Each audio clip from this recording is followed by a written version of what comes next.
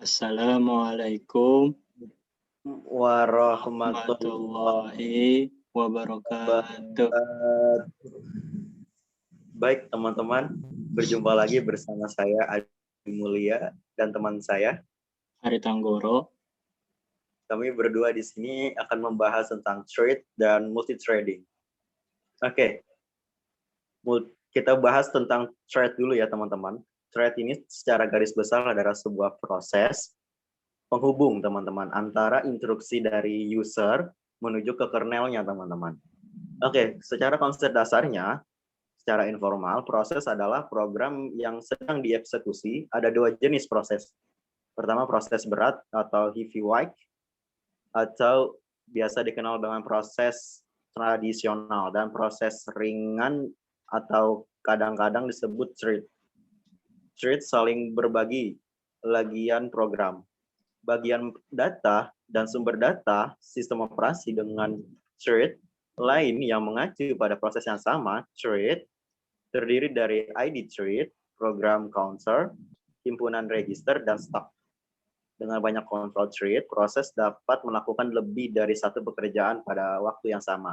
Sebenarnya pada konsep thread ini itu dapat mengeksekusi thread yang tunggal, tapi diharapkan bisa dikembangkan lagi menjadi thread multi thread, maksud saya bisa dikembangkan menjadi multi thread. Itu harapannya.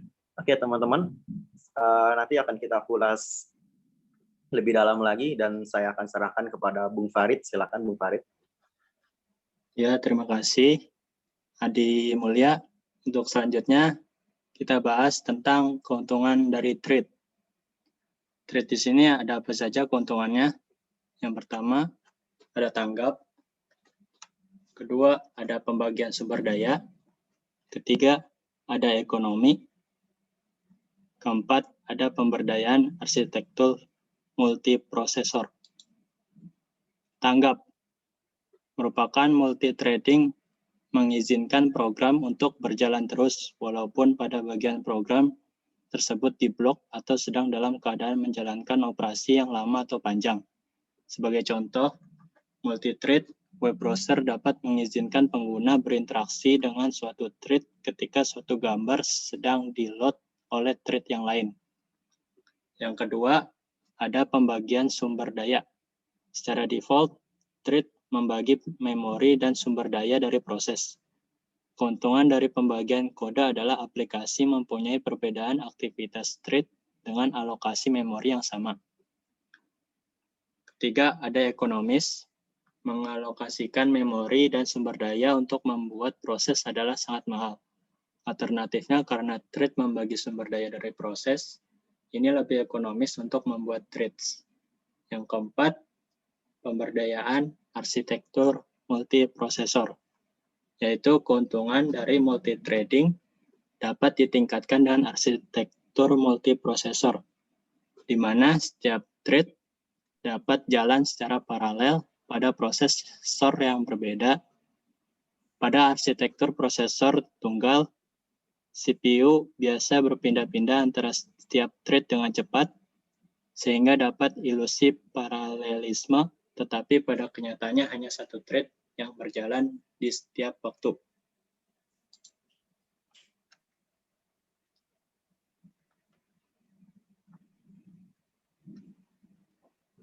Untuk selanjutnya, saya serahkan kepada Adi Mulia.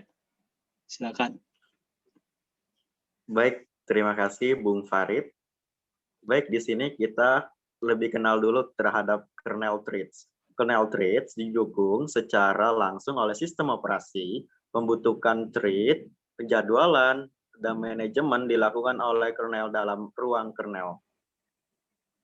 Juga di dalam lingkungan multiprosesor, teman-teman. Kernel dapat menjadwalkan thread dalam prosesor yang berbeda.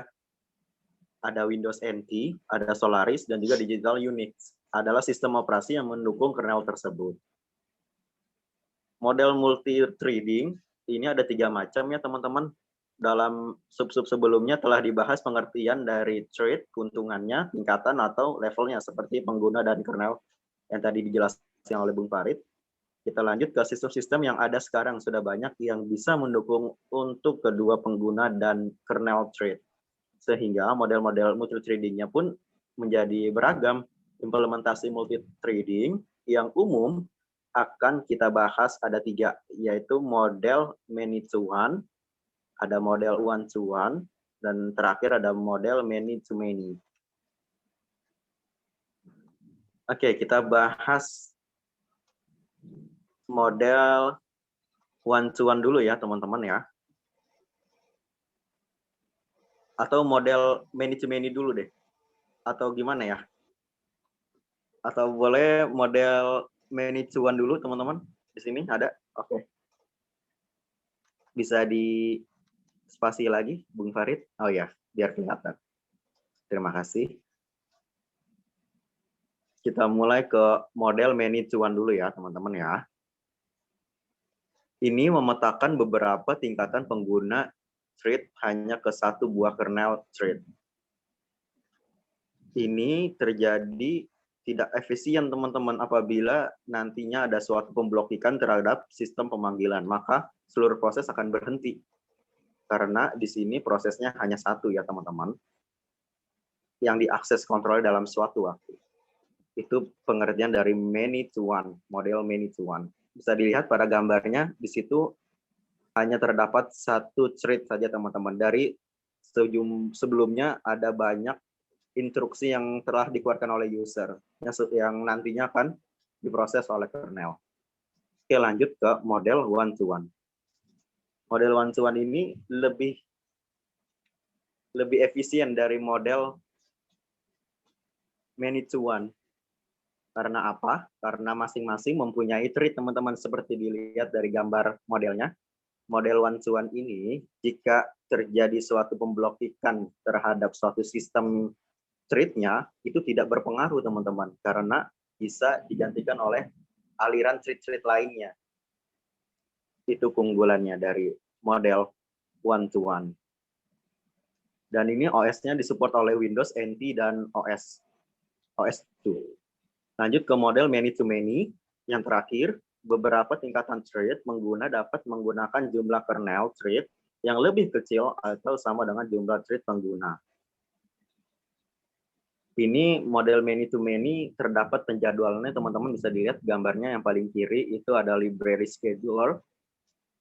Di situ lebih terkonsep lagi, jadi pengguna ini lebih bisa mengembangkan instruksi-instruksinya lebih banyak dalam suatu aplikasi dan bisa diakses dalam satu waktu, teman. Oke, mungkin itu saja, teman-teman. Saya serahkan kembali kepada Bung Farid. Baik, terima kasih untuk Adi Mulya. Untuk selanjutnya, ini merupakan sumber referensi yang kita ambil dari pertemuan keempat kita ya. Di sini kalian bisa lihat saja sumber referensinya.